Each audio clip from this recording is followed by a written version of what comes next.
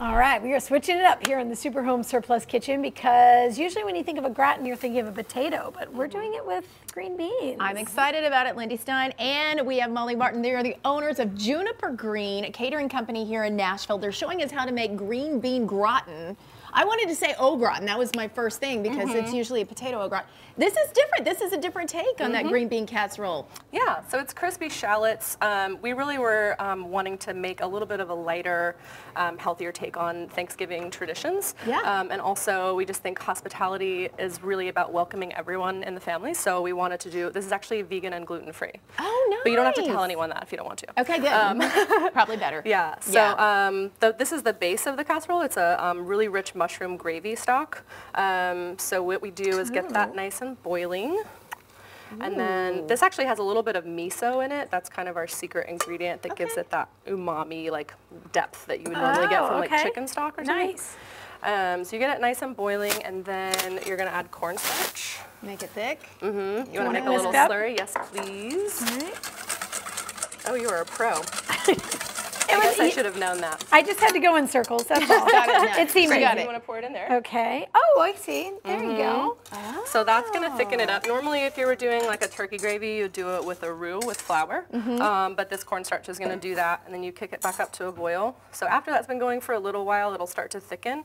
But to really give it that kind of meaty texture that you would normally get, we have these roasted mushrooms. Nice. When you roast them, how do you like to roast your mushrooms? I toss them with a little bit of oil, chopped rosemary, garlic, salt, pepper, and a really high temp is what you want to get, so you get that nice caramelized browning thing okay. Would you do 500 or is that too hot? I think in a home oven, 500 would actually be fine. Just kind of check it really often. I usually do it like 5 minutes at a time. And then you're gonna, do you want to operate the heavy machinery? I love the immersion blender. Okay, but I'm not as familiar with this. In case you Everybody's splash back. me. No, it's good. She's got this. Good time. This is one of my favorites. It'll really thicken it up and make it rich. So there's actually whole roasted mushrooms in the casserole as well. So this is really just kind of in place of like your old school cream of mushroom soup. I was going to say, I remember this recipe. 2 cans of cream of mushroom soup, those fried onions on the top, girl. Do you want any mushroom bits or do you do it? That's totally up to you. You can do it however you like. I like it really smooth, but you know, some people are... sorry, I started risking it. I got apron, you. Please. I'm sorry.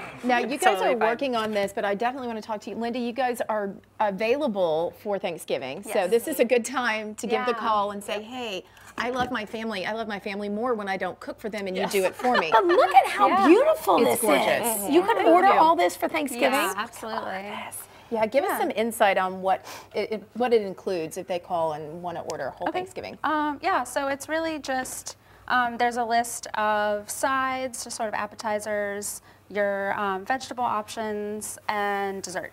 Everything but the turkey. Let's talk about dessert. Everything but the turkey. We said that side is savory, this side is sweet. This pie that you brought, I am already going to eat at least 2 pieces of this because you said it's like a Twix bar. Yeah, it's a lot like a Twix bar. So that's your favorite too. Yeah. We like to think about this as like a balanced, you know, so we have these like healthier looking options, and then we have sort of a more I don't know, indulgent. Indulgent is an understatement to this pie. This is like glorious, and there's some crusted salt on top. I mean, if you were going somewhere for Thanksgiving, I'm sorry, I'm like obsessing over your food so much. It would be an amazing thing to bring or to add or something. It's so beautiful. We're just putting together a little chocolate ganache to top this pie. Yes, we are. Yes, we are. Okay. And so what we'll do is just kind of stir this, and we'll dump this on here. Do it. Yeah. Watch out. Kelly, you're making me nervous holding it. This is she's doing really great. a high-grade chocolate. It is. I may have tasted a little bit. I'm just going to say. Quality control. I like your honesty. I took a little nibble, and I'm like, ooh, this is really, really good. It's not poisoned. So what grade cocoa are we talking about? I like to use anywhere from 60 to 80%. Okay.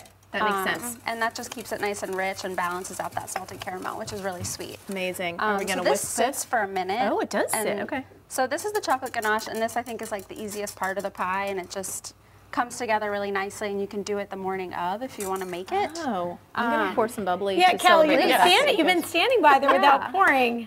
It's a lot of self-control, Carol. I know, I like that. Well, it is Monday, so you know Kelly and I started some sort of new diet, and it ended by 11:20, so that's great. Juniper Green. Okay, junipergreens.com. Kitchen? No. Is that right? Junipergreen.kitchen. That's how we find you guys? Okay. This recipe on todayinNashville.com. Thank you guys so much for sharing. Of course. And get in your Thanksgiving orders if you want to do that. Get them in now.